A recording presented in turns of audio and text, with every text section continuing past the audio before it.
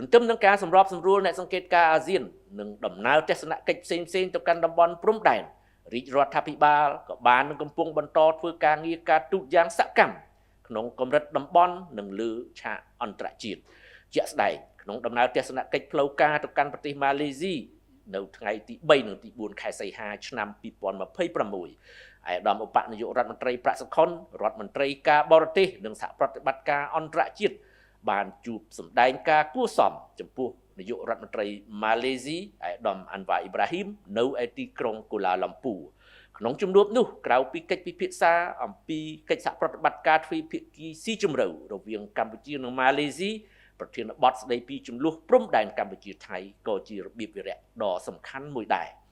ប្រមុខការទូតកម្ពុជាបានថ្លែងអំណរគុណចំពោះនាយករដ្ឋមន្ត្រីម៉ាឡេស៊ីដែលបានដើរតួនាទីយ៉ាងសកម្មក្នុងការដោះស្រាយចំនួនព្រំដែនកម្ពុជាថៃ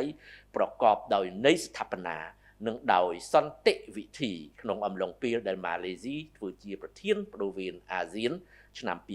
2025ភាគីទាំងពីរក៏បានផ្លាស់ប្ដូរទស្សនៈគ្នាយ៉ាងទូលំទូលាយអំពីស្ថានភាពវិវត្តក្នុងតំបន់និងអន្តរជាតិរួមទាំងចំនួនព្រំដែនកម្ពុជាថៃ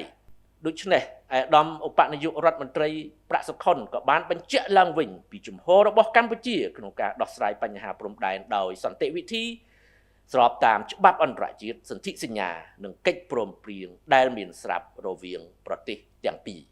សូមរំលឹកជូនថាក្រោមកិច្ចខិតខំប្រឹងប្រែងផ្នែកការទូតយ៉ាងសកម្មរបស់សម្ដេចមហាបវរធិបតីហ៊ុនម៉ាណែតនាយករដ្ឋមន្ត្រីនិងដោយមានការជួយជ្រោមជ្រែងយ៉ាងសកម្មពីប្រទេសជាមិត្តជាពិសេសសហរដ្ឋអាមេរិកសាធារណរដ្ឋប្រជាមានិតចិននិងម៉ាឡេស៊ីក្នុងនាមប្រធានបដូវវេនអាស៊ានឆ្នាំ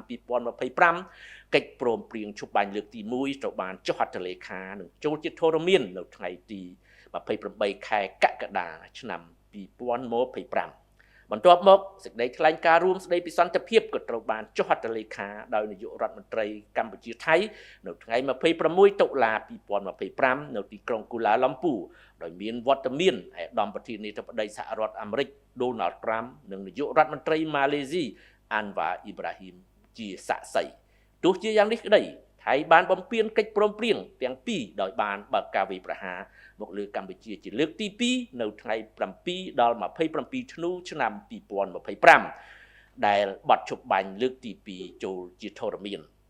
រហូតមកទល់ពេលនេះកងយោធាថៃកំពុងបន្តកាន់កាប់ដោយខុសច្បាប់លើទឹកដីកម្ពុជាមួយចំនួននៅតាមបណ្ដោយព្រំដែននិងបានរារាំងពលរដ្ឋស្លូតត្រង់ខ្មែរប្រមាណជាង 20,000 នាក់មិនទាន់អាចវិលត្រឡប់ទៅវិញបាននៅឡើយ